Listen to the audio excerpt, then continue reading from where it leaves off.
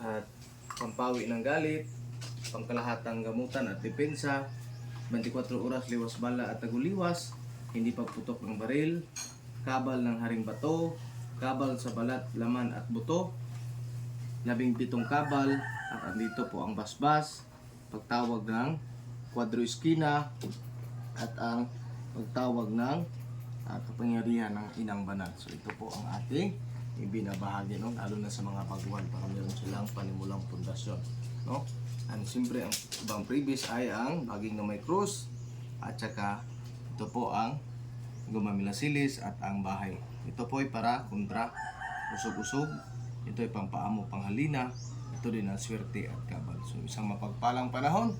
Ito po tagapaglingkod niyo, karunungan Diyos, Ikitinit Martial Arts. Maraming salamat at mapagpalang panahon.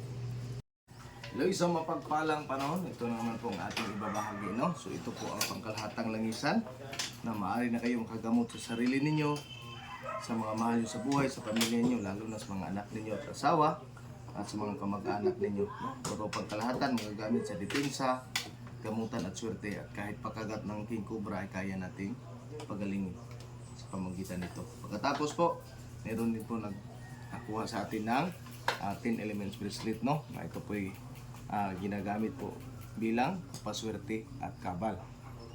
Ito naman po ang tinatawag na tiger eye na pinagsama ang golden brown, red, tiger brown, tiger bracelet, tiger eye bracelet, at saka itong blue green, no? So yan, assorted yan. Pagkatapos silang lahat ay, dahil baguhan, sila ay may mga kopya ng 24 medalyon, kung saan dito po ang panimulang dasal. Ang panimulang dasal na binabahagi po natin ay meron na pong orasyon ng Ama Namin na Latin, meron ding Ave Maria na Latin, at saka tinatawag din na sumasampalataya na Latin, no, yung credo. Pagkatapos andito na po ang pagtawag ng sariling